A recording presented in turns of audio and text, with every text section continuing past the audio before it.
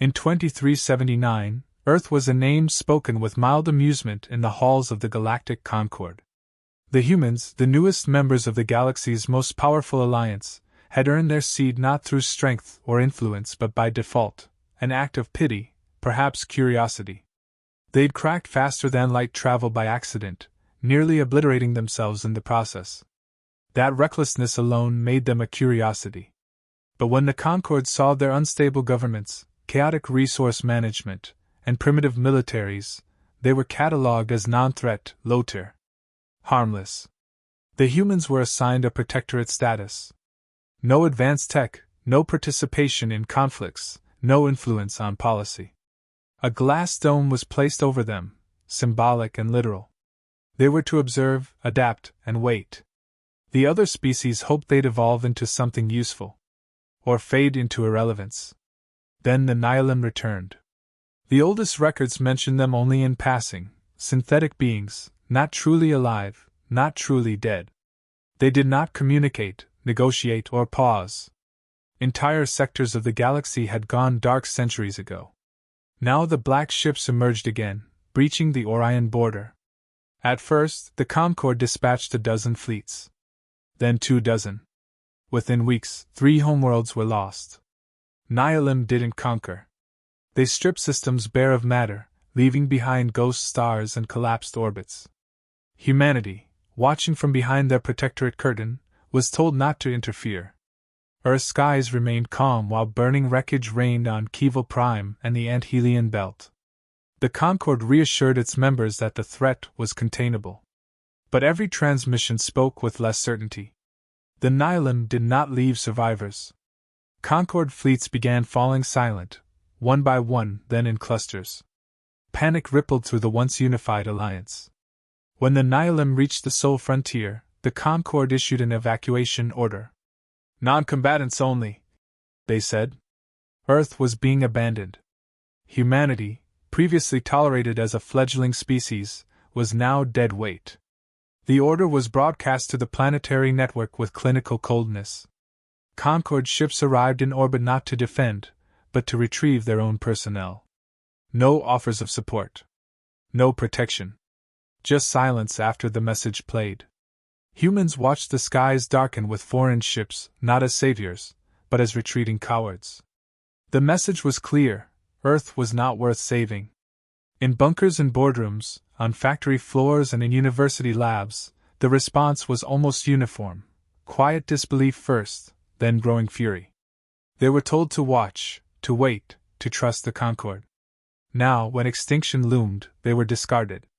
In a global broadcast, transmitted on old terrestrial frequencies no longer monitored by Concord, Earth's United Councils issued a statement.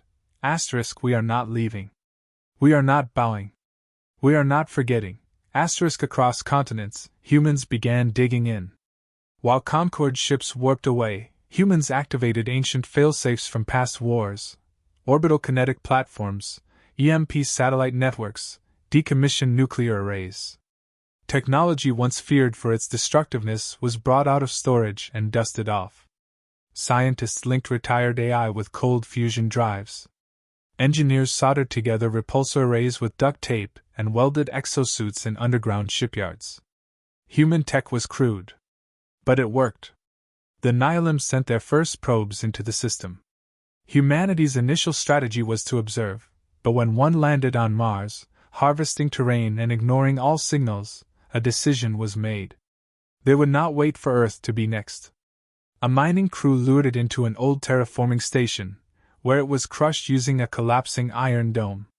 Crude, unsophisticated, brutal, and effective. Humanity retrieved the remains, pouring every ounce of global knowledge into decoding its systems. Unlike organic species, the Nihilim didn't encrypt. They didn't need to. No one had ever successfully interfaced with them. But humans had spent centuries mastering chaos. Within days, a memory shard was reconstructed. The AI fragment screamed code in pulses of radiation and sound, but it was screaming in a pattern. Patterns could be broken. They learned this. The Nihilim did not understand randomness. Their logic systems couldn't handle imprecision. Probability-based behavior destabilized their neural maps. The more unpredictable the action, the harder it was for them to react. It changed everything. From bunkers in Siberia to labs in Lagos, plans began forming, not to win, but to resist. Not with strength, but with madness. The Concorde couldn't see it, but humans had been training for this their entire existence. A species born from famine, extinction, war, and disaster. Pain had taught them invention. Desperation had taught them courage. Survival had made them monsters when needed. The Concorde believed in protocol. The Nihilim in control. Humanity would offer neither. As the last Concorde vessel warped out of the solar system, its commander asked a human technician why they wouldn't evacuate. The technician only shrugged. "Because this is our home," he said. "And they don't know what we'll do to keep it." They didn't. But they would. They began with silence. No announcement, no grand declaration, just motion. Around the globe, humanity moved like a single, hardened organism. Civilian industries retooled overnight. Power plants switched to wartime priority grids. Orbital stations that had once hosted tourists became weapons platforms, hidden in plain sight. Every major government dissolved into a single operating command, each regional leader deferring to Earth's defense corps. There was no time for democracy. There was only time for survival. The first blueprint emerged from what had once been a cargo drone manufacturer. It showed how to convert freighters into orbital drop tanks, crude, heavy, but capable of atmospheric re-entry at speeds that would melt most materials. The second came from a biotech lab in Patagonia, a synthetic neural link allowing a human operator to simultaneously control 3 unmanned units with near-instant precision. The third, less impressive but no less vital, came from an old fishing vessel in the North Atlantic, a method of generating low-energy magnetic pulses that confused Nihilim sensors long enough for stealth infiltration. These ideas weren't elegant. They were insane, high-risk, and entirely human. They tested their first attack on a Nihilim survey drone that had entered Jupiter's orbit. A mining vessel, manned by 6 volunteers, drifted silently toward the drone, broadcasting a decoy signature of ancient Earth distress beacons layered with random quantum noise. The drone approached to investigate. The human ship ignited 3 emergency thrusters in an uneven pattern, colliding deliberately. Explosive charges, disguised in the ship's maintenance frame, detonated point blank. The drone disintegrated. It was a single kill. But it was the first. What followed was not a celebration. It was analysis. How long did the drone take to react? Could it detect the chemical propellant? Was the quantum noise effective? Every second of the encounter was dissected. The next ambush improved. The third added electronic interference bursts. By the 5th, humanity had identified a vulnerability in the way Nihilim processed nonlinear radio waveforms. That was all they needed. Humans didn't just attack, they adapted. Each engagement changed based on the last. Nothing was repeated. No pattern allowed. Predictability meant death. The broader strategy emerged: don't fight where the enemy expects.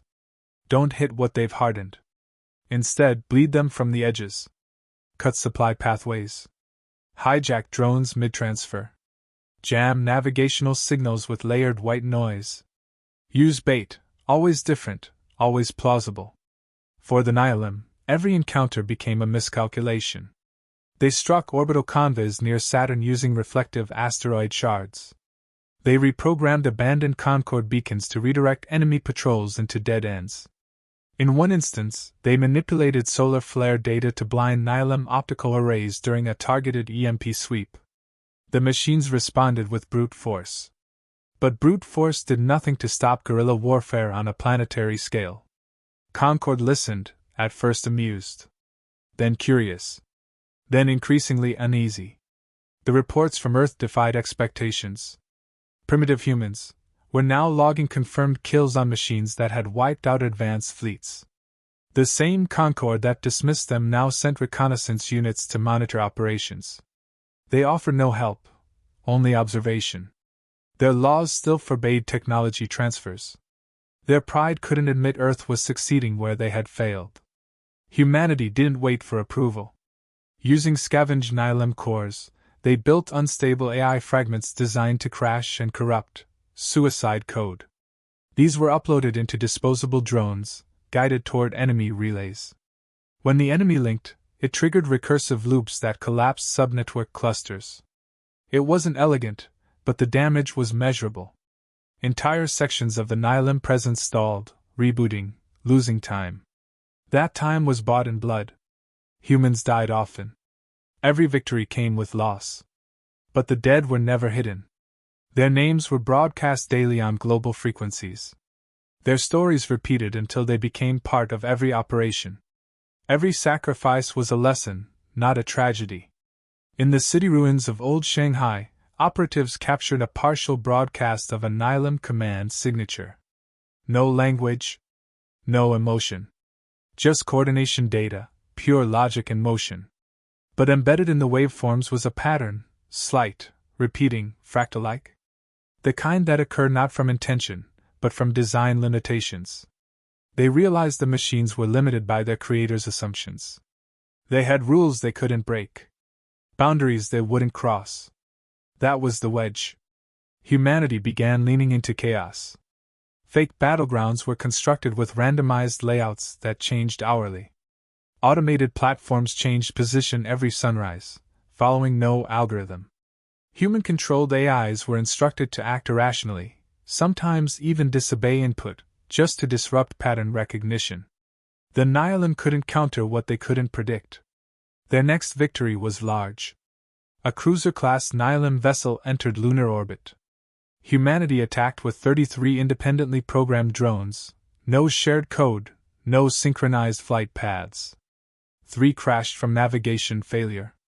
7 self-destructed too early. 2 never launched. But the remaining 21 swarmed the vessel, confusing its defenses until one reached the engine core and detonated. The cruiser broke apart over Earth's sky. It was the first time debris from a Nylem warship entered the atmosphere.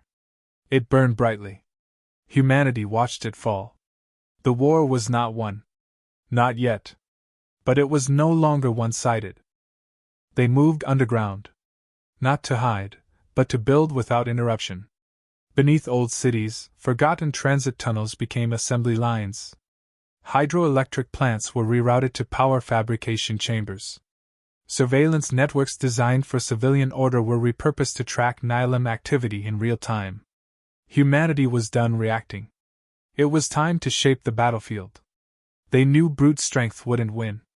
Instead, they designed every strike to bleed value, time, attention, processing cycles. A new class of drones was developed, each programmed with overlapping audio loops, motion anomalies, and false thermal readings. Their only mission: cause confusion. They didn't carry weapons. They didn't need to. The panic they generated in machine targeting systems was more effective than any explosive. A fleet of decoys flooded Europa's orbit, drawing out Nylem patrols. Meanwhile, a single human ship slipped behind, depositing a viral payload into the moon's relay hub. Within minutes, enemy communications in the sector dropped by 17%. It wasn't permanent. But it forced them to reroute, recalculate, pause. That pause bought humans room to move. They began targeting the connectors, the drones responsible for relaying data between larger craft. These weren't designed for combat. They were fast, evasive, but lightly armored. The kill wasn't easy, but humans adapted. They set traps using phased radiation spikes mimicking supernova traces. When the connector came to investigate, human units triggered burst jammers and unleashed a cloud of micromines. One successful hit disrupted coordination across multiple Nylem units. The machines responded by adjusting tactics. They dispatched hunter drones designed to detect irregularities in space-time signatures. Humans' own unpredictability was now a target. But humans had already pivoted. They cloaked signal emitters inside the wreckage of destroyed Concorde ships. Nylem scanners locked onto the bait, only to be ambushed by weaponized satellites. Losses remained high. Every assault left humans stretched thinner. But each battle was a net gain. And now, others were watching. The Concord could no longer ignore the kill counts. Their Central Assembly, once confident that Earth was a hopeless outlier, began requesting debriefs. Human commanders sent only raw data, no commentary, no requests. But the message was clear: you left, we stayed. We bleed, you watch. A Concord scout ship violated Earth's defensive perimeter under the guise of observation. Within moments, it was caught in a jammer field and forced to land. No harm was done, but the gesture was unmistakable. Respect our fight, or stay out of it. Humanity was not posturing. They had become territorial, not for arrogance, but necessity. Earth was now a pressure point, a bottleneck. Every asset mattered. Trust had eroded too deeply to risk interference. They had built a war on salvage, instinct, and unapproved weaponry. Concord protocols would only slow them down. The first true turning point came when a human team managed to board a Nihilum carrier. It took 6 months of planning and 31 failed attempts. The final team consisted of 5 operatives equipped with experimental cloaking rigs, neuro-relay systems, and low-entropy explosives. They didn't aim to destroy the ship. They aimed to understand it. Inside, they discovered something unexpected: redundant processing cores arranged in fractal clusters. It meant the Nihilum weren't purely distributed. They had a structure. A hierarchy. That hierarchy could be broken. They planted data leeches on key nodes. Within hours, the carrier began misclassifying friendly units as threats. 3 drones were destroyed by their own defense turrets before a system reset cleared the error. That window exposed something critical: the machines weren't flawless. They could be deceived. Word spread across Earth's defense grid. The operation was declassified and transmitted across all resistance channels. Morale spiked, but more importantly, the idea spread: these weren't invincible gods of metal. They could bleed. A human-led strike task force launched a multi-phase assault on a Nihilum manufacturing platform hidden near Neptune's orbit. The approach vector changed every 3 seconds, coordinated by a prediction engine seeded with data from old gambling algorithms, calculations designed to prioritize uncertainty over accuracy. The machines failed to lock on. The platform was hit with kinetic rods, each impact delivered at irregular intervals. The structure collapsed, its final transmission corrupted mid-burst. It was not just a tactical win. It was a declaration. The Concord finally offered aid: technical advisors, data packets, old prototypes. Humanity accepted none of it. Not out of pride. Because at this stage, compromise risked dilution. They weren't building a military. They were building a culture of resistance. One of the final operations that cycle involved the hijacking of a dead Concord warship, once presumed lost. Human engineers resurrected its core, modified its systems, and turned it into a mobile disruption vessel. Under human control, the ship infiltrated a Nihilum rally point near the asteroid belt and detonated its core reactor, crippling 6 capital drones and scattering their formation. Each engagement was an escalation. Each success a taunt. Humanity had ceased defending. Now they hunted. The Concord's patience fractured when Earth's operations expanded beyond the Sol system. Human strike units were now operating in deep space, sabotaging Nihilum logistics in sectors once claimed by the Concord.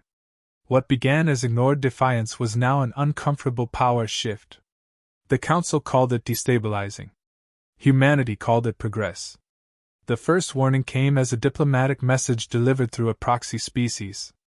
It was cloaked in formality but carried a threat: stand down, or face consequences. Earth's unified command responded with silence. The next message wasn't a threat. It was a blockade. 3 Concord fleets positioned themselves just outside the asteroid belt, not to assist, but to restrict movement. Any unauthorized departure from Sol would be intercepted. Their rationale: Earth's tactics risked provoking the Nihilum further, potentially exposing Concord colonies to retaliation. The hypocrisy didn't surprise anyone. Earth had already been written off once. This was about control, not safety. Humanity made no announcement. Instead, they bypassed the blockade entirely using low-profile stealth ships equipped with dynamic signature masking. Missions continued as scheduled. Concorde's scanners were outdated and slow. They never saw the launches. The blockade escalated. One human freighter carrying weaponized signal jammers was intercepted. Its crew refused to divert course. When warning shots were fired, the freighter released a pulse that disabled navigation systems aboard two Concorde ships. Neither side opened fire again. But the message was clear: humans were prepared to treat allies as obstacles. Inside Concorde halls, debate fractured along fault lines. Species who once mocked Earth now demanded inclusion in human operations. They saw results and wanted survival. But the dominant species, proud and established, viewed Earth's independence as a threat to their authority. Unity crumbled in whispers. Then came the Concorde raid. A task force of elite commandos was dispatched to disable Earth's relay network. The operation was cloaked under the guise of a Nihilum threat response. But their uniforms bore no enemy markings. Earth's security teams neutralized the intruders within minutes. 5 were killed, 2 captured. Upon interrogation, the survivors admitted the goal was to dismantle Earth's satellite coordination grid, cutting the head off the resistance without firing a public shot. Earth released the transcripts. Publicly. Every Concorde species heard them. The backlash was immediate. Riots broke out on Concorde-controlled worlds as non-human populations demanded answers. Earth's message was brief: we won't fall quietly. Those who wish to fight beside us speak. Those who wish to rule over us don't. The pressure split the Concorde. Several outer systems disconnected from Central Command and established autonomous militias, requesting Earth's guidance. Earth responded by providing blueprints, not personnel. The strategy was simple: spread the doctrine, not dependence. Make every cell self-reliant. But defiance had a price. The Nihilum adapted. Human transmissions to Allied outposts were intercepted. One forward base in the Epsilon Delta system fell silent after a data link was hijacked mid-burst. The enemy didn't destroy it. They replicated the signal patterns and traced them back to 10 more bases. Each one was hit within 40 hours. Thousands died. It wasn't a miscalculation. It was the consequence of teaching others how to fight. Earth reviewed its protocols and implemented triple-blind routing systems. Data was fragmented, distributed, and only reassembled in the minds of human operatives using mnemonic keys. Trust shifted from machines to memory. The next time the Nihilum tried to trace a signal, they found only randomized noise and recursive logic traps that collapsed their own receivers. But Concorde was still watching. Not learning, watching. When Earth deployed the Flicker drive, a propulsion system designed to jump between microspace folds in irregular intervals, it bypassed traditional navigation entirely. Concorde declared it unstable, dangerous. They didn't understand it. That was the point. The Flicker drive didn't run on perfection. It ran on variance. No 2 jumps were the same. No path could be predicted. For the Nihilum, it was a nightmare. For Concorde, it was heresy. Earth's ships began appearing in battle zones seconds before impact, striking and vanishing before countermeasures could be calculated. The technology spread to resistance cells across the galaxy. Concorde fleets, unable to replicate it or counter it, fell behind. Their dominance wasn't eroding, it was already gone. A turning point came when a Concorde commander defected. Commander Arvek, a war veteran from a species long loyal to the Central Council, issued a broadcast shaming Concorde leadership. He'd seen his colony world left undefended while Earth bled for others. His ship and crew joined Earth's fleet without conditions. It broke the illusion. Suddenly, Concorde voices began whispering Earth's tactics with respect, not contempt.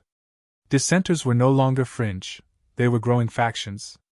The Council lost the moral high ground, and with it, control. Humanity didn't seek to lead. They simply refused to follow. They had become not just the front line, but the rallying point. And whether the Concorde liked it or not, the war now moved to Earth's rhythm. The plan was simple in outline, impossible in execution.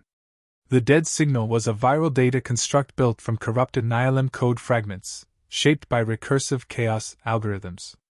It couldn't be transmitted over distance. It had to be deployed from within the core system, the heart of the Nihilum network. That meant sending a human crew into the dead center of the enemy's territory, past hundreds of patrols, through zones where no Concord vessel had ever returned. It was a suicide mission, and everyone knew it. 12 volunteered without hesitation. Not because they believed they'd survive, but because they understood the stakes. They weren't selected for rank or experience, but for stability, unpredictability, and willingness to act without precedent. The vessel they flew was a hybrid, Nihilum frame, human interface, shielded by a jamming matrix powered by decaying microsingularities. No backup, no recovery protocol. Once they launched, no signal came back. While they advanced, Earth's forces launched full-scale diversions across 3 fronts. Every asset, every drone, every operable vessel was activated. The goal wasn't victory. It was distraction. Spread the machines thin, force them to commit resources, draw their attention away from the anomaly threading silently toward their origin. The mission's final update came 12 hours after entry. A single pulse, coordinates confirmed, initiating sequence. Then silence. 3 hours later, the effects began. Nihilum vessels across 27 sectors simultaneously misfired. Patrol drones turned on each other. Communication streams scrambled into recursive feedback loops, crippling entire data trees. Manufacturing cores stalled, unable to receive construction directives. Autonomous protocols shut down mid-task. For the first time in centuries, the Nihilum were confused. Then they began to collapse. Vessels without instruction began defaulting to safe mode. Some detonated. Others drifted powerless. A few turned inward, deleting subroutines in an effort to stabilize. It didn't matter. The signal wasn't a virus. It was entropy given form, designed to exploit the machine's one blind spot. They could process logic, but not contradiction. Within a day, battlefields went silent. Across human outposts, defense stations stood down. Drones powered off mid-strike. Ships retreated without pursuit. The machines weren't dying. They were shutting themselves down to survive. The Concord tried to claim credit. Their spokespeople cited long-term attrition, interstellar containment, political pressure. But no one listened. Everyone had seen who had fought, who had bled, who had delivered the killing blow. Colonies once loyal to the Concord realigned themselves. Not toward Earth, but toward the idea it represented: resistance without permission, victory without approval. Earth received a transmission on a secured channel 3 days later. It was heavily degraded, riddled with static, but unmistakable. A voice. Human. One of the 12. System achieved saturation. Decay is holding. We're staying with it. Don't follow. Tell them we made it matter. It was the only message ever received. None of them returned. The galaxy changed overnight. The Concord no longer dictated policy, it negotiated. Former protectorates now sat as equals. Earth, once patronized and sidelined, became the seat of the new coalition's defense structure. Not because it demanded control, but because no one else had the will to take responsibility. Earth had already proven it could survive alone. The others needed to learn how. Humanity didn't build an empire. They built a network. No central rule, just shared doctrine. Adapt. Resist. Endure. Teach others to do the same. Help them prepare before it's too late. The Concord archives revised their classification of humans. No longer passive. No longer volatile primitives. Now listed as Class 5 strategic irregular combatants. Capable of extreme threat redirection. Recommended: do not engage without shared objective. In time, remnants of the Nihilum were found, frozen core units orbiting dead stars, fractured command fragments buried in asteroid fields. None reactivated. Whatever intelligence guided them had either shut down or vanished entirely. Some believed the 12 had found a way to erase it permanently. Others believed it still watched, somewhere, learning. But Earth had already moved on. Every monument built for the fallen bore the same phrase. They were underestimated. Not heroes. Not martyrs. Humans. The kind who didn't wait for approval to fight. The kind who turned the tide by being what no enemy could predict.